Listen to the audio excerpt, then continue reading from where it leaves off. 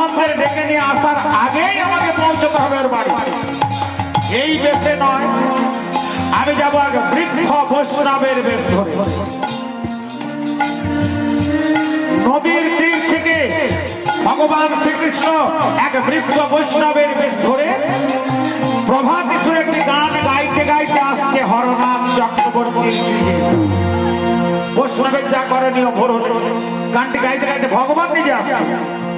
ওরে বেশি হলো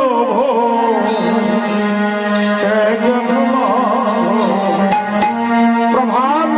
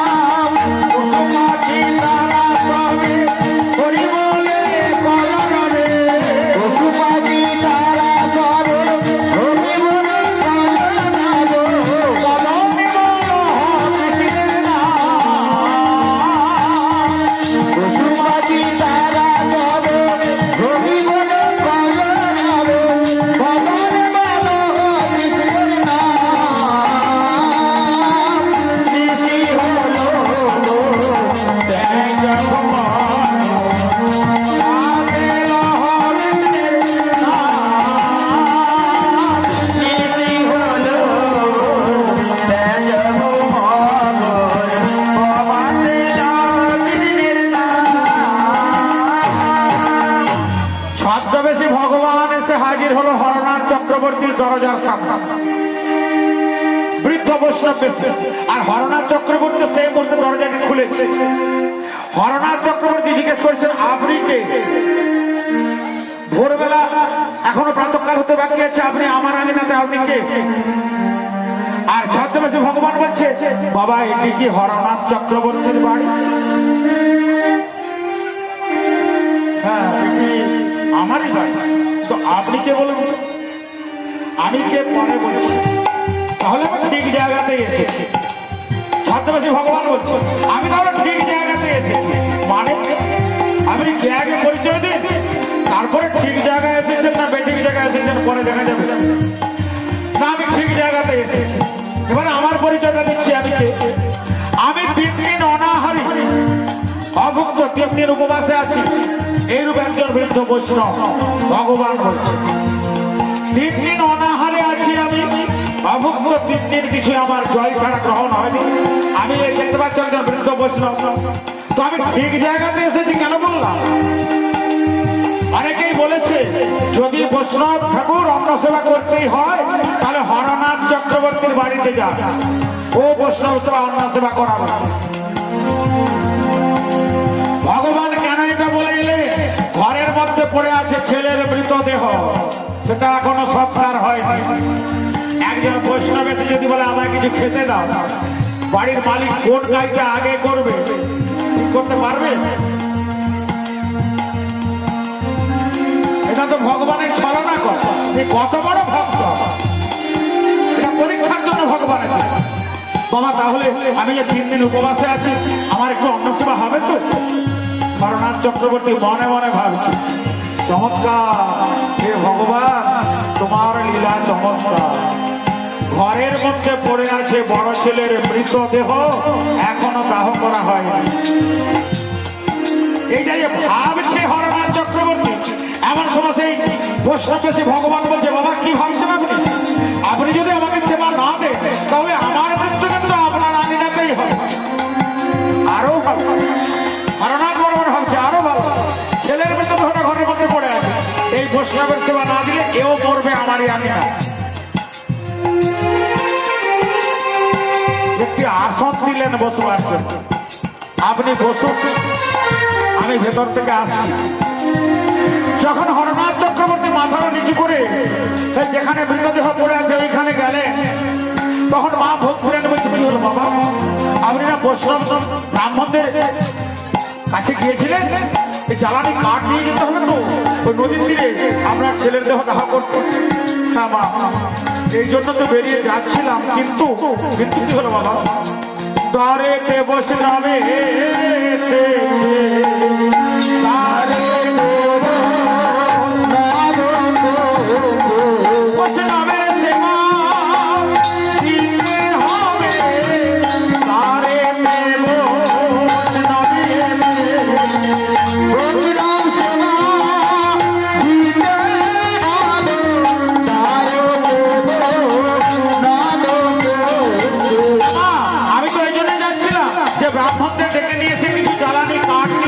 ছেলের দেহটা দাহ করার জন্য, কিন্তু দরজার সামনে একজন বৃদ্ধ অভুক্ত বৈষ্ণবের সাহায্যে সে বৈষ্ণব কি বলতে চাইছে বাবা, সেই বৈষ্ণব ঠাকুর বলছে তার সেবা না দিলে তিনি আমার আমিনাতেই মারা যান। মা ভক্তিরানী,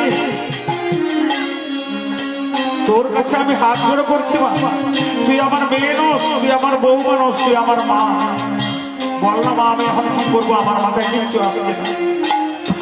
মা ভক্তিরানী নয়ন মুদ্রিত করে কিছুক্ষণ চিন্তা করছে, হে ভগবান, ঘরের মধ্যে আমার স্বামীর মৃতদেহটা পড়ে আছে, আমার বৈষ্ণবের সেবা না দিলে উনি মারা যাবেন, আমাদেরই আগে না। হে ঠাকুর, তুমি বলে দাও আমার কোন কর্মটি আগে করব। এই ভাবতে ভাবতে হঠাৎ মা ভক্তিরানী শ্বশুর মশাইয়ের বৃক্ষের ঝুড়িটা নিয়ে এসে শ্বশুর মশাইয়ের হাতে ধরিয়ে দিল, বাবা 5টা বাড়ি ভিক্ষে করে আনো, আগে বৈষ্ণবের সেবা হোক, বৈষ্ণব চলে যাওয়ার পরে আমার স্বামীর মৃতদেহ দাহ করা হবে। তাই গৌর হরি হরি হরনাথ চক্রবর্তী বৃদ্ধ হরনাথ শ্বশুর মশাই হয়ে বলছে, সে কি মা, তোর স্বামীর মৃতদেহ যে পড়ে আছে ঘরের মধ্যে, বাবা আমার স্বামী তো আর দ্বিতীয়বার মারা যাবে না, একবারই মারা গিয়েছে, কিন্তু বৈষ্ণব যদি অনাহারে আপনার আঙিনায় মারা যায়, বৈষ্ণব অপরাধী পাপ থেকে, নরক থেকে আপনাকে আমাকে কেউ উদ্ধার করবে। ঝুলিটা বাম হাতে গলিয়ে দিয়ে হরনাথ চক্রবর্তী বলছে, তুই যদি আমার মেয়ে না হতিস, তুই আমার বৌমা না হতিস, আমি তোকে একটা প্রণাম করতাম। বাবা আপনি যান, বৈষ্ণব ঠাকুর বসে আছেন এখানে, ভগবান মনে মনে ভাবছে, ভক্তিরানী ভক্তিরানী ভক্তিরানী, কতটা বয়স হবে, 9 থেকে 10 বছর বয়স।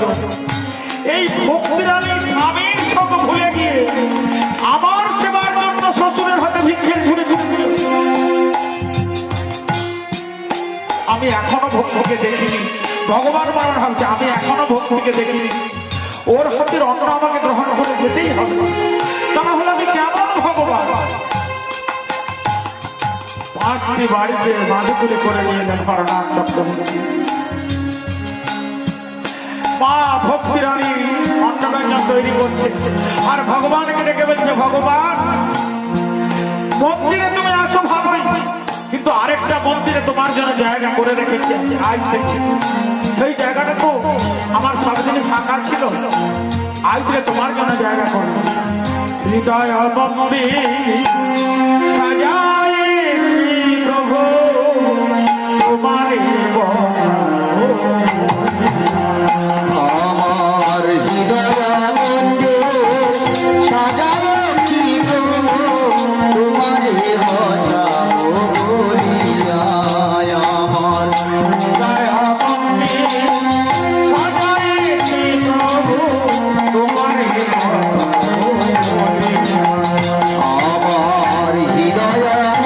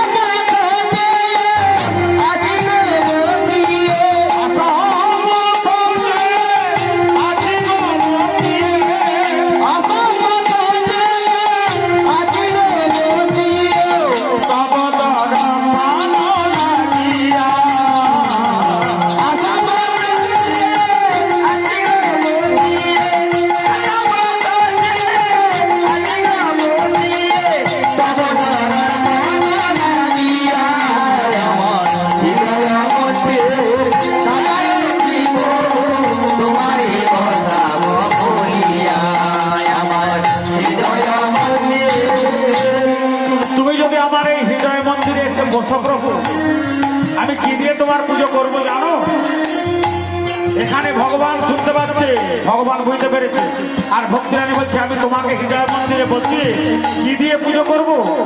পূজার ওর ঘর নয়নের ওজন, জননীতে বহে প্রেম পূজার নয়নের জল, চরণে দেব প্রেম পুষ্পদান। পূজার ওর ঘর নয়নের ওজন, জননীতে বহে প্রেম পূজার নয়নের জল, চরণে দেব প্রেম পুষ্পদান।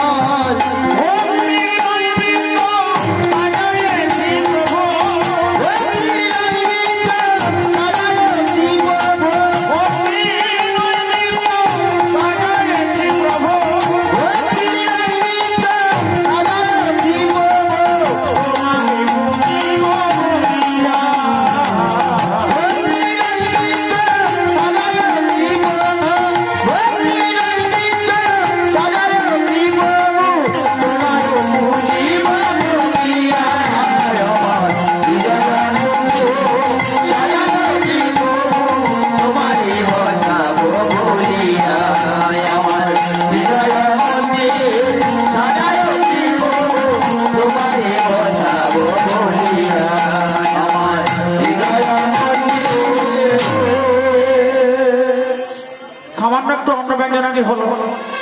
এই অন্নব্যঞ্জন সাজিয়ে দিয়ে জল আসন দিয়ে ছদ্মবেশী ভগবানকে, বৈষ্ণববেশী ভগবানকে আবাহন করে নিয়ে এসে আসনে বসালে।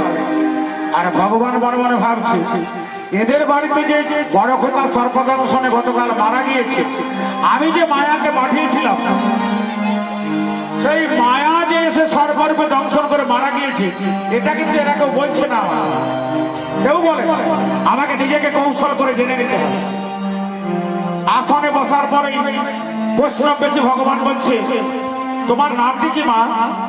এই অভাগিনীর নাম ভক্তিরাজ। ভালো, আচ্ছা জানো মা, এই যে আমি তো বৈষ্ণব, আমার সেবা দিচ্ছ, তোমাদের বাড়ির সবাই একটা করে আসন করে সবাই একসঙ্গে বসবো। আমি প্রথমে এক গ্লাস গ্রহণ করার পরে আমি সবাইকে মহাপ্রসাদ দেবো, সবাই নেবে। বৈষ্ণবের আজ্ঞা তো অমান্য করা যায়, সবাই জন্য আসন দিলে সবাই এসে আসনে বসেছে। ছদ্মবেশী ভগবান পরিচয় করে করেছে, হ্যাঁ বাবা আপনি তো এই বাড়ির মালিক হরনাথ চক্রবর্তী। হ্যাঁ বাবা, ওই সাজানো মালিক আর কি, আসল মালিক উনি, আমি আছি। ঠিক আছে, তিনি বোধহয় গিয়ে মা, ব্রাহ্মণী মা হচ্ছে। হ্যাঁ বাবা, আচ্ছা এই ছেলেটি, এটি আমার ছোট ছেলে, কনিষ্ঠ। আর এই যে রান্না বান্না করলো, ভক্তিরানী নাম বললো, এই মা, এ আমার বড় বউ। তাহলে আপনারা স্বামী স্ত্রী, এ ছোট ছেলে, এটি আপনার বড় বউ মা। তাহলে বড় ছেলে কোথায়, তাকে ডাকো, সে এসে বসো।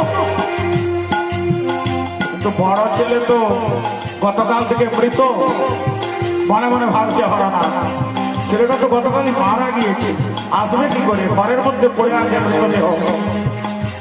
ও মা, তোমার স্বামীকে ডাকো, ডাকো তোমার স্বামীকে, একটা আসন দাও, এসে বসো। কেউ কিছুই বলছে না,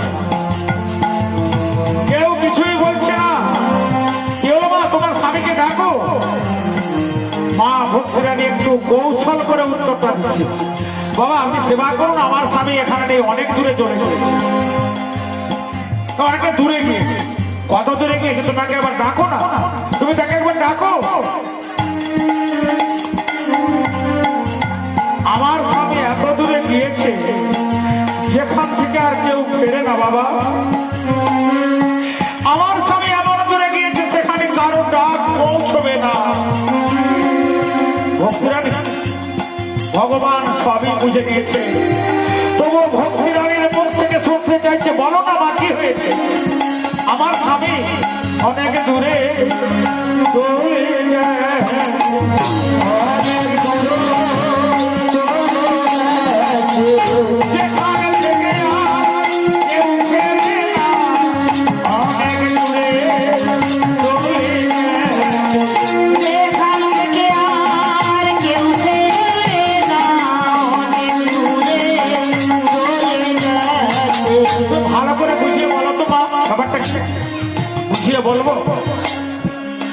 শুনুন, গত রাত্রিতে আমার স্বামী সর্বদংশনে মারা গিয়েছে। কি বললে? তোমার স্বামী গত রাত্রিতে সর্বদংশনে মারা গিয়েছে? কোথায় তার মৃতদেহ? ঘরের মধ্যে পড়ে আছে, সৎকার এখনো হয়। তোমার স্বামীর মৃতদেহ ঘরের মধ্যে পড়ে আছে, এখনো সৎকার হয়নি, আর আমার মতো বৈষ্ণবের সেবার আয়োজন করেছো। আমি তোমাদের মা ভক্তরা বলছে অভিশাপ দেবেন? আপনি আমাদেরকে অভিশাপ দেবেন, এই তো? আপনি আসনে বসুন, আপনি আসনে বসুন। ভগবানকে ধমক দিচ্ছে ভক্তিরা। ভগবান মনে মনে ভাবছে ধমক আমাকে দিতেই হবে, কারণ এরা যে ভক্ত, এদের পরীক্ষা করাটাই আমার ভুল হয়ে গেল। আপনি বসুন। ছদ্মবেশে ভগবানকে ধমক দিয়ে বসিয়ে দিলেন ভক্তিরা। আপনি না বলেছিলেন আপনার সেবা না দিলে আপনি মারা যাবেন? আমার স্বামী যে মারা গিয়েছে গত রাত্রিতে, তাতে তো আমাদের কোনো অপরাধ নেই, কিন্তু আপনার সেবা না দিলে আপনি মারা গেলে বৈষ্ণব অপরাধে নরক থেকে কে উদ্ধার করবে আমাদের সবাইকে? আপনি সেবা করে উঠে যাবেন। ভগবান নিরুক্ত, এদের মনের ভাবগুলো আমি জেনে নিই তো একবার। ভগবান মনে মনে ভাবছে একটা ছেলে মারা গিয়েছে, তাদের মধ্যে কোনো দুঃখ দুঃখের ছায়া নেই, অথচ বৈষ্ণব সেবার আয়োজন করেছে। মনের ভাবটা আমাকে জেনে নিতে হবে। হরনাথ বাবু, আপনার ছেলে মারা গিয়েছে, আপনার দুঃখ হচ্ছে না? বৈষ্ণব ঠাকুর, ছেলের মৃত্যুতে কি বাবা মায়ের দুঃখ হয় না? নিশ্চয়ই হয়। কিন্তু কি করবো, তো উপরওয়ালার হাতে হাত, আমাদের কারোর কিছু করার নেই। ছোট বাবু, তোমার দাদা মারা গিয়েছে, তোমার দুঃখ হচ্ছে না? দুঃখ তো হবে, কিন্তু আমরা কি আটকাতে পারবো না ধরে রাখতে পারবো বলুন? মা ভক্তিরানী, গতকাল নাকি তোমাদের বিবাহ হয়েছিল, গতকালই তোমার স্বামী মারা গিয়েছে, তোমার দুঃখ হচ্ছে না? দুঃখ আমার একটাই হচ্ছে, স্বামী যদি আর কিছুতে জীবিত থাকতেন তাহলে সবাই মিলে একসঙ্গে বৃন্দাবনে যেতাম। এখন স্বামী ছাড়াই আমাদের বৃন্দাবনে যেতে হবে। এবার মাকে জিজ্ঞেস করছে, মা তোমার বড় ছেলে মারা গেল, তোমার দুঃখ হচ্ছে না? মা, এরা যদিও বলেছিল হ্যাঁ দুঃখ হচ্ছে, কিছু করার নেই, মা সরাসরি বললেন আমার কোনো দুঃখ নেই। ভগবান চমকে গেলেন, ছদ্মবেশী ভগবান চমকে গেলেন। পুত্র মারা গিয়েছে, মা বলছে আমার দুঃখ নেই। কিন্তু মা, পুত্র মারা গিয়েছে, তোমার দুঃখ নেই? না, আমার দুঃখ নেই। কেন দুঃখ হচ্ছে না মা?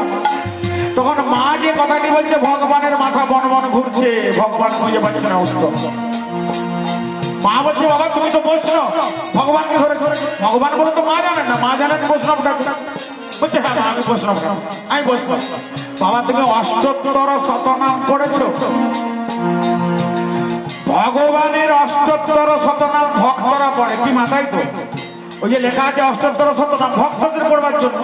ভগবানের অষ্টোত্তর শতনাম কি ভগবান নিজে পড়ে? ভগবান নিজে অষ্টোত্তর শতনাম পড়ে না। ভগবান মনে হয়তো সর্বনাশ হলো। আরে আমার অষ্টোত্তর শতনাম তো ভক্তরা পড়ে, আমার অষ্টোত্তর শতনাম কি আমি পড়েছি? মা বলছে বাবা তুমি অষ্টোত্তর শতনামের প্রথম কয়েকটা লাইন একটু গেয়ে আমাকে শোনাও, তাহলে তুমি উত্তর পেয়ে যাবে মায়ের কেন দুঃখ হচ্ছে। ভগবান মনে মনে ভাবছে সর্বনাশ হলো, আমার অষ্টোত্তর শতনাম ভক্তরা পড়ে, ভক্তরা গান করে, আমি তো আমার অষ্টোত্তর শতনাম কোনোদিনও পড়ি না। ভগবান মনে করে করে লাইনগুলো বলছে, জয় জয় গোপাল গো কৃষ্ণ গঙ্গাধর, কৃষ্ণ চন্দ্র কর করুণা সাগর, জয় জয় গোপাল গো কৃষ্ণ গঙ্গাধর, কৃষ্ণ চন্দ্র কর করুণা সাগর। বাবা দু লাইন হবে না, দু লাইন হবে না, তুমি পর্ব লাইনগুলো পেয়ে যাও। ভগবান মনে মনে ভাবছে তাহলে তো অষ্টোত্তর শতনাম আমাকে কোন ভক্তের কৃপা নিতে হবে, কোন ভক্তকে বলতে হবে ভক্ত তুমি কে আমাকে শোনাও, তারপর আমি এই মায়ের কাছে গাইছি। ভগবান মনে করছে জয় জয় গোপাল গো কৃষ্ণ বনমা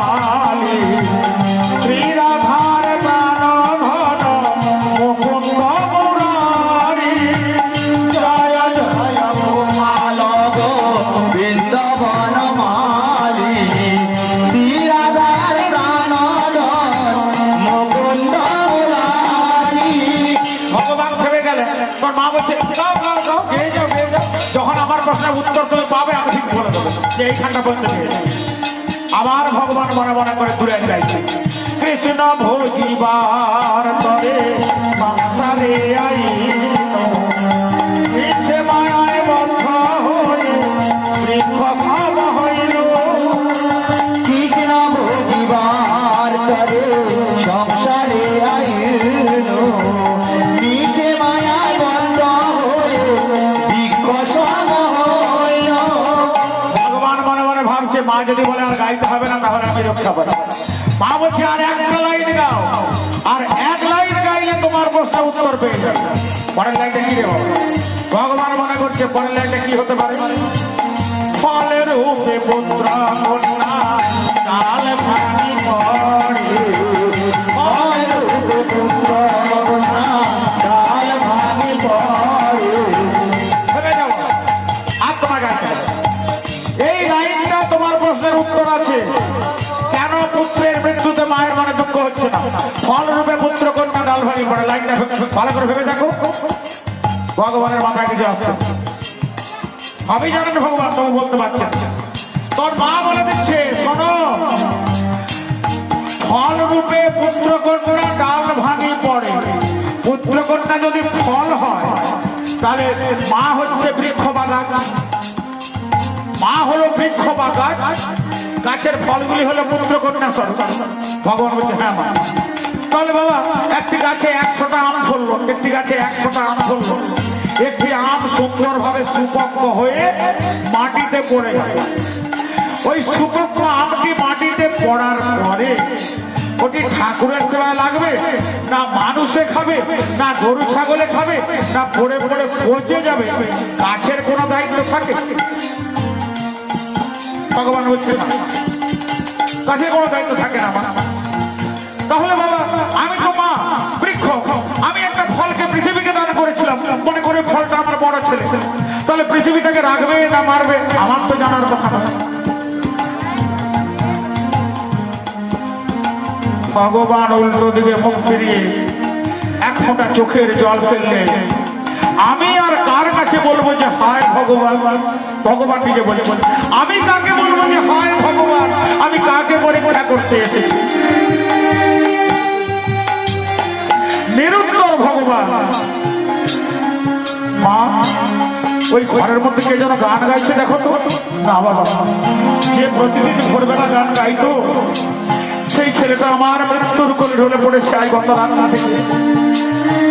বাবা, তুমি সেবা করো, সেবা করার পরে অনুমতি দাও ছেলেটার দেহ দাহ করতে নিয়ে যাই।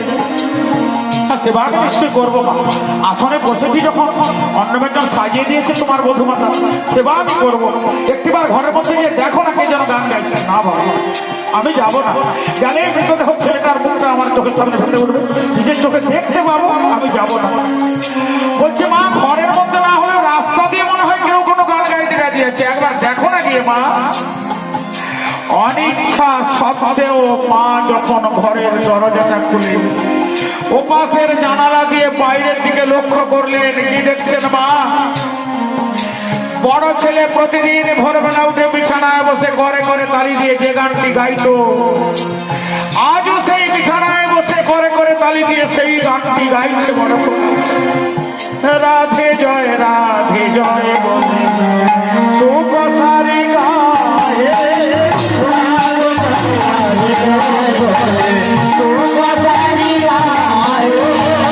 রাধে জয় বলে সুখ সারি গায়ে,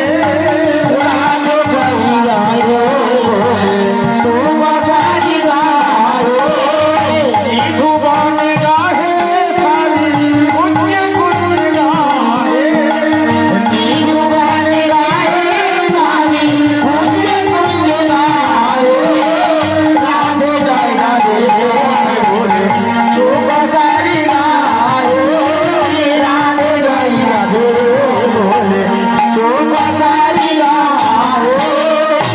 আমি স্বপ্ন দেখছি না, আমি স্বপ্ন দেখছি না।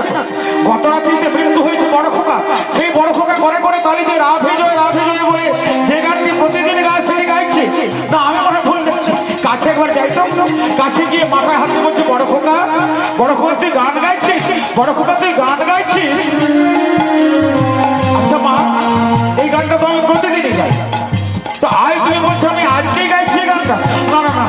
প্রতিদিনের গানের সঙ্গে আজকের তফাৎ হচ্ছে বাবা। না তুই সত্যি গান গাইছিস? আচ্ছা মা, তোমার কি হলো বলো তো? আমি তো প্রতিদিনই এই গানটা গাই, ভোরবেলা ঘুম থেকে উঠে। তোমাদের তাড়াতাড়ি উঠে পড়ো, আমি একটু দেরিতে উঠি। আমি তো প্রতিদিনই ভোরে গানটা গাই। কই গো, একবার এসে দেখে যাও তোমার বড় খোকা কেমন গান গাইছে। আচ্ছা মা, তোমার কি মাথা খারাপ হয়ে গেল? বাবা তো জানে যে প্রতিদিনই আমি এই গানটা গাইছো না। ছোট খোকা, মা ভক্তরানী, সবাই এসে দেখে যাও বড় খোকা গান গাইছে। মা তুমি নিশ্চয়ই পাগল হয়ে গেলে। ওরা এসে কি দেখবে? মা জানে ছেলেটা তো মারা গিয়েছিল, আবার গান গাইছে কি করে। আর বড় খোকা জানে আমার তো কিছুই হয়নি, আমি তো ঘুম থেকে উঠে গান গাইছি। তাই দুজনের মতের তফাৎ হয়ে যাচ্ছে। ছুটে আসছে হররাম, ছুটে আসছে ছোট খোকা, ছুটে আসছে ভক্তরানী। সবাই যখন ঘরের মধ্যে প্রবেশ করলো, ছদ্মবেশে ভগবান, বৈষ্ণবেশে ভগবান এক মুষ্টি অন্ন গ্রহণ করে দুটি চরণের চিহ্ন রেখে অন্তর্হিত হবে। সবাই ঘরের মধ্যে বড় ছেলেকে নিয়ে ব্যস্ত হলেও মা ভক্তরানী বুঝে নিয়েছিলেন যে সামান্য বৈষ্ণব নয়। মা ভক্ত যখন ছুটে এসে দেখলেন, দেখতে পেলেন না চলে গেছেন। দুটি চরণ চিহ্নে মাথা ঢুকে কাঁদছেন মা ভক্তরানী। শাশুড়ি মা বেরিয়েছে, বলছে বৌমা তুমি কার চরণ চিহ্নে মাথা ঢুকে কাঁদছো? বৈষ্ণব কোথা? মাগো, আমরা সবাই চলে গেলাম আপনার ছেলেকে দেখতে।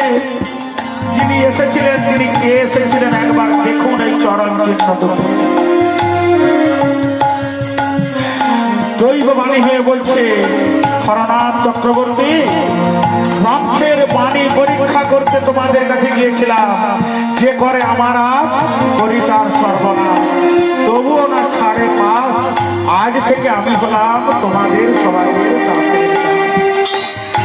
সবাই মিলে এসো বৃন্দাবন, বৃন্দাবনে দর্শন হবে। সবাই মিলে এসো বৃন্দাবন, বৃন্দাবনে দর্শন হবে। আপনাদের সবাই দর্শন পাওয়া হয়ে গিয়েছে।